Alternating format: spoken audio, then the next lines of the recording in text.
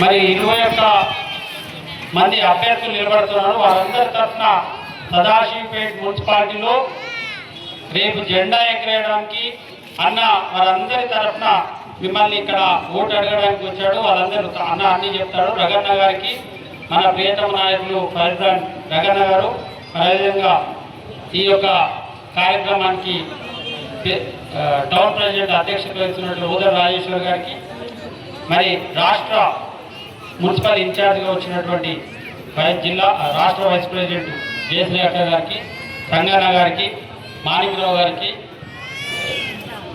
వెంకట నరసింహారెడ్డి గారికి, మరి అదేవిధంగా చిన్న పటేల్ గారికి, మాణిక్రావు గారికి, శ్రీశైలం యాదవ్ గారికి, మరి రామన్న గారికి, మిగతా ఇక్కడ నిలబడుతున్నటువంటి అభ్యర్థులందరూ వారి ఇన్ఛార్జ్లందరికీ కూడా స్టేజ్ మీద వాళ్ళందరికీ కూడా నమస్కారం చెప్తారు. అదేవిధంగా ముఖ్యంగా ఇక్కడికి వచ్చిన ప్రతి ఒక్కరికి కూడా వివిధ వార్డుల నుంచి వచ్చిన ప్రతి ఒక్కరికి కూడా నమస్కారం తెలుపుకుంటూ భారతీయ జనతా పార్టీ మరి 21 వార్డులలో మా అభ్యర్థులను నిలబెట్టినాం. 21 వార్డులలో కూడా ఈరోజు ఎక్కడ ఏ వార్డుకి వెళ్ళినా మరి అక్కడ ఉన్నటువంటి ఓటర్ మహాశయులు ప్రజలందరూ కూడా ఖచ్చితంగా నరేంద్ర మోడీ గారి నాయకత్వాన్ని బలపరుస్తున్నామని చెప్పేసి ఘంటాపథంగా చెప్తా ఉన్నారు. ఎక్కడ వెళ్ళినా స్వాగతం పలుకుతూ మేము ఇక్కడ అభ్యర్థుల గురించి కాదు, మరి ప్రపంచంలో ఈరోజు విశ్వగురువుగా మన ప్రపంచాన్ని ముందుకు తీసుకెళ్తున్నటువంటి నాయకుడు ఎవరైనా ఉన్నారంటే నరేంద్ర మోడీ గారు. కనుక ఇక్కడ వేసిన ఓటు ఒక కౌన్సిలర్గా గెలిపిస్తే అది నరేంద్ర మోడీ గారిని గెలిపించినట్టు అవుతుందని చెప్పేసి ప్రజలందరూ కూడా ఈరోజు భారతీయ జనతా పార్టీ తరఫున ఉన్నారు. మరి మీరు అందరూ తెలుసు, ఇక్కడ చూస్తే కూడా ఎక్కువ మహిళా మంది ఉన్నారు.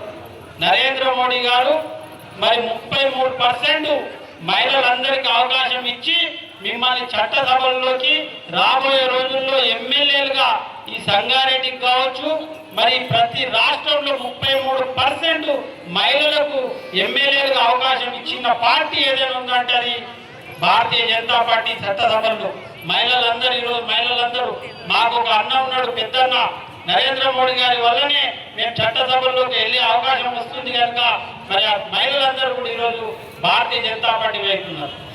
లోకల్ విషయాలకు వస్తే మీ అందరికీ తెలుసు,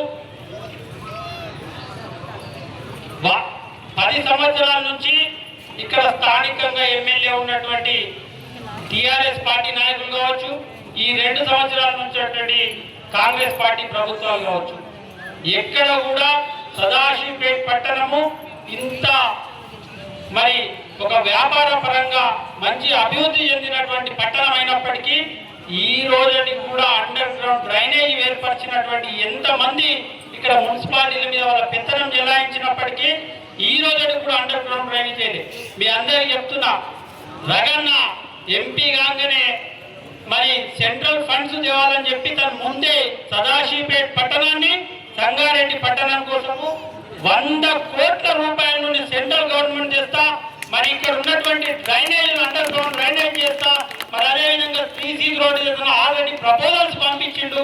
రేపో మాపో 100 కోట్ల రూపాయలు మనకి ఇక్కడికి రాబోతున్నాయి. ఖచ్చితంగా ఆల్రెడీ వెళ్ళిపోయింది, డిపిఆర్ అయిపోయింది. మరి ఖచ్చితంగా రాబోయే రోజుల్లో సదాశివపేట పట్టణము మీరు చైర్మన్ గా భారతీయ జనతా పార్టీని గెలిపించినట్టయితే సదాశివపేట పట్టణంలో మరి ఆ యొక్క పనులను రగన్న గారు మరి మొత్తం ముహూర్తాలు చేసుకుంటే మీరు రాగానే ఆ పనులు స్టార్ట్ అవుతాయని చెప్పి మీ అందరికీ. ఎందుకంటే ప్రతి గ్రౌండ్ లో ఎక్కడ వెళ్తే కూడా వార్డులలో ఈ రోజుకి అడుగడుగు గుంతలు ఉన్నాయి. నీళ్లు పట్టుకోవాలంటే ఏ కాలనీలోకి పోయినా మంచి నీళ్లు తీసుకోవాలనుకుంటే ఒక అడుగు గుంత ఇంత మోకాల వంటి గుంతలు తీసుకొని ఆ గుంతల నుంచి నీళ్లు తీసుకుంటున్నటువంటి మంచి నీళ్ళు తాగడానికి. మరి ఇవన్నీ సాధ్యం కావాలంటే ఒక భారతీయ జనతా పార్టీ వల్లనే సాధ్యమవుతుంది.